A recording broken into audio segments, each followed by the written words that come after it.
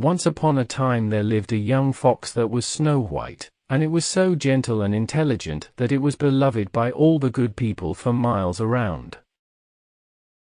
If, in the evening, it knocked softly at their doors with its tail, they were glad, and were quick to let it in. When it entered, it would play with the children, eat of their humble fare, and then trot away.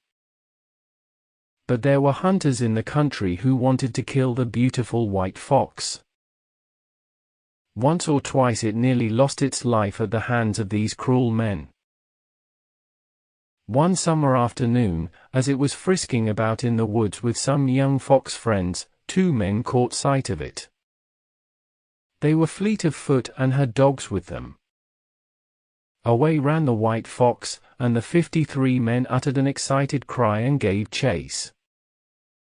Instead of going deeper into the forest, the fox ran across the open farmlands until it came to a holy temple. There, surely, I will find a safe refuge from my pursuers, it thought.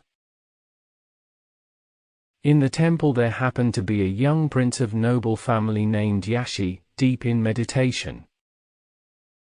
The white fox, whose strength was nearly spent, came running in at the door and went directly to the prince and took refuge behind him. The poor creature trembled with fright, and Yashi took pity on it and did all he could to calm its fears. "I will protect you, little one," said he. "No one shall harm you." The fox looked up at him and seemed to understand his words. It ceased to tremble. The prince went to the door of the great temple.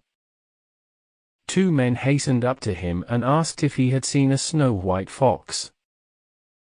It must have run into the temple, they declared. But Yashi, faithful to his promise, answered, "I have been in the temple praying, but I can tell you nothing of the fox." The men were about to go on when they caught a glimpse of the fox behind him.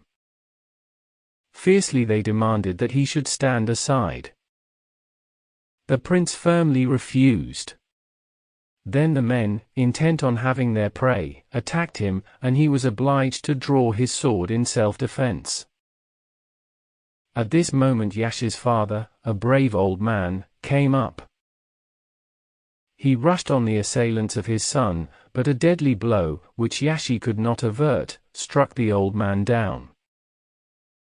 This made Yashi very wroth, and with two mighty strokes he felled his adversaries to the ground. The loss of his father filled Yashi with grief, and as he stood looking down on the body his heart was very heavy. Just then a sweet song from within the sacred building greeted his ears. Who could the singer be?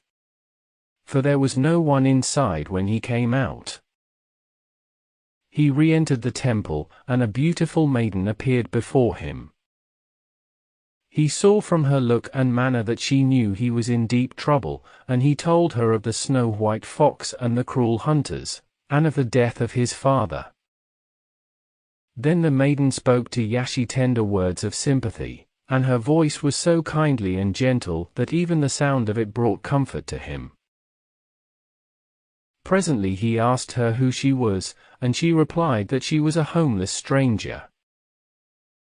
So he insisted that she should dwell with him. As the days passed, she constantly became more attractive to him, until he loved her more than anyone else in the world and asked her to be his bride. "I already love you," she replied.